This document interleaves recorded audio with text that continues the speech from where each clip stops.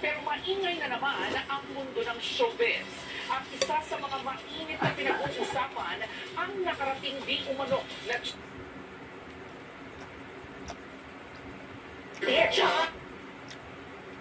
suporta sa mga magsasaka sa pagsabatas ng amyenda sa Agricultural Tarification Act. Ayon kay Escudero, ito ay susuporta na kaambang mapakinabangan ang mga magsasaka tulad ng provisyon para sa kagamitan. Binigyan diin ng Senate Leader na kailangan palakasin ang suporta sa ating mga magsasaka para makamit natin ang hangarin na makapagani ng mas marami pang bigas at mapababa ang presyo nito para sa ating mga kababayan.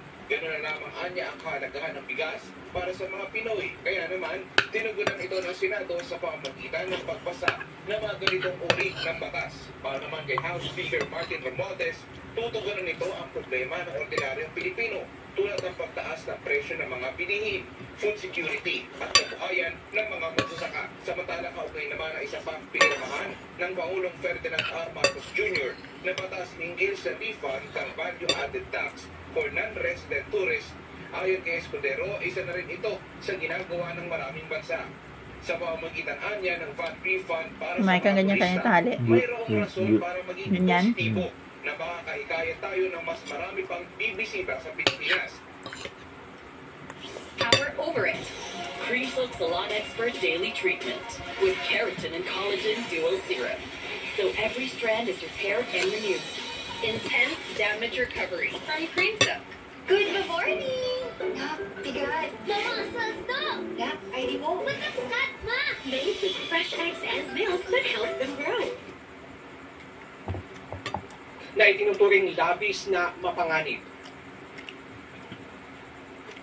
Ito po ang mga banana. Pangunahin o pinakalista ng mga volcanic hazards dahil ito po ay nagmumula o nag-uugat mainly sa mga collapse po ng material sa bunganga ng bulkan. Ito po ay magkahalong mainit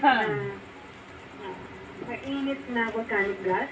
Ito ang lakas niyan, parang ang lakas. Mga ash, abo, at fragmented volcanic rock. Ito po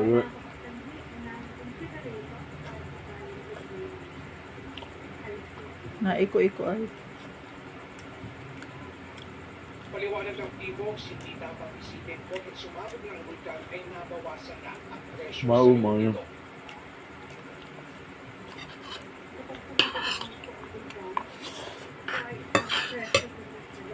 Pero ito po at the same time, hindi po na maraming volcanic. Uy, tama na yan. Ano yung style na yan?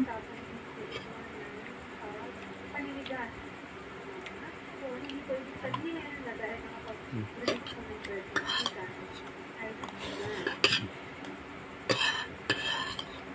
Ito ang dahilan kung bakit itinaas ang alert sa level 3. Ibig sabihin nito ay magnetic arrest o yung patuloy na paggalaw ng mga bato sa ilalim ng bulkan na posibleng sundan ng malalakas na pagsabog. Dahil dito, inirekomenda ng TIBOG sa mandatory evacuation para sa 15 barangay na nasa loob ng 6-kilometer danger zone, maging ng 4 na iba pa na nasa 78-kilometer radius naman mula sa bunganga ng bulkan. Samantala, dahil nasa asphalt na tayo ng posibleng ng ating mga kababayan, ay tayo ng TIBOG na alisin mula sa kanilang kabubong at mga natitong abo, ganun din ang paglinis ng kanilang mga bintana at pintuan. Ang abo kasi ay maaaring makapagdulot ng irritation sa